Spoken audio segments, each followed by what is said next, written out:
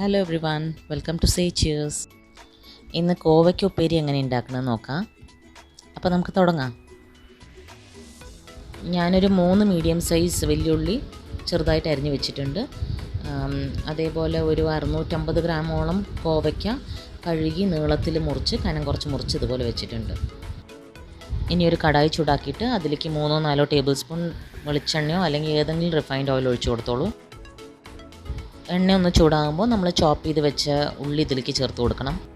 ഒരു മീഡിയം ഫ്ലെയിമിൽ വെച്ചിട്ട് ഈ ഉള്ളി ഒന്ന് വതക്കിയെടുക്കണം. ഉള്ളി വതങ്ങുമ്പോൾ തന്നെ ആവശ്യത്തിനുള്ള ഉപ്പ് ചേർത്ത് കൊടുത്തോളൂ. ഉള്ളി ഒന്ന് ചെറുതായി വതങ്ങിയ ശേഷം അരിഞ്ഞു വെച്ചിരിക്കുന്ന കോവയ്ക്ക ചേർത്ത് കൊടുത്തോളൂ. കോവയ്ക്കും ഉള്ളിയും കൂടെ നന്നായിട്ടൊന്ന് ഇളക്കി യോജിപ്പിച്ചിട്ട് അതിലേക്ക് ഒരു 1/2 ടീസ്പൂൺ മഞ്ഞൾപ്പൊടിയും ചേർത്ത് കൊടുക്കണം. എന്നിട്ട് അത് നന്നായിട്ടൊന്ന് ഇളക്കിയിട്ട് അടച്ച് വെച്ച് ചെറിയ തീയിൽ വേവിച്ചെടുക്കണം. ഇടയ്ക്കൊന്ന് തുറന്ന് നോക്കിയിട്ട് ഇളക്കി കൊടുക്കണം. തീ ചുരുക്കി വെക്കാനായിട്ടുള്ളൂ, അല്ലെങ്കിൽ അത് കരിഞ്ഞു പോവും. വേണമെങ്കിൽ ഒരു 2 ടേബിൾ സ്പൂൺ എണ്ണയും കൂടി ഇതിൽ ചേർത്ത് കൊടുക്കാം.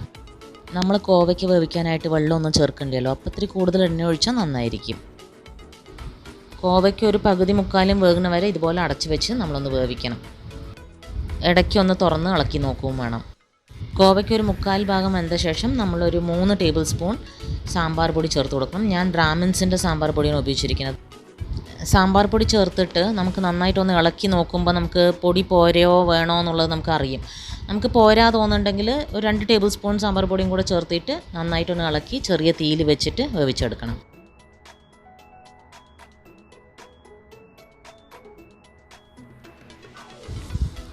എന്നിട്ട് അതിനെ അടച്ച് വെച്ചിട്ട് എണ്ണ തെളിയുന്ന വരെ വേവിക്കണം. ഇടയ്ക്ക് തുറന്ന് നോക്കാം നമുക്ക്.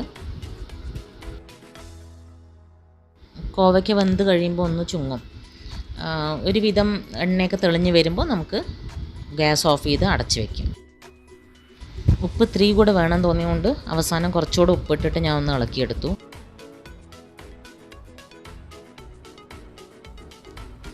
എണ്ണയൊക്കെ ഒന്ന് തെളിഞ്ഞ് വരുമ്പോൾ ഗ്യാസ് ഓഫ് ചെയ്യും. ഈ ഒരു സൈഡ് ഡിഷ് നമുക്ക് ചോറിൻ്റെ കൂടെയും ചപ്പാത്തിയുടെ കൂടെയൊക്കെ കഴിക്കാൻ നന്നായിരിക്കും. അപ്പോൾ എപ്പോഴും പറയുന്ന പോലെ ഇഷ്ടപ്പെട്ട ഇത് ഉണ്ടാക്കി നോക്കൂ. ഇനി അടുത്ത വീഡിയോയിൽ കാണുന്നവരെ താങ്ക് യു, ബൈ.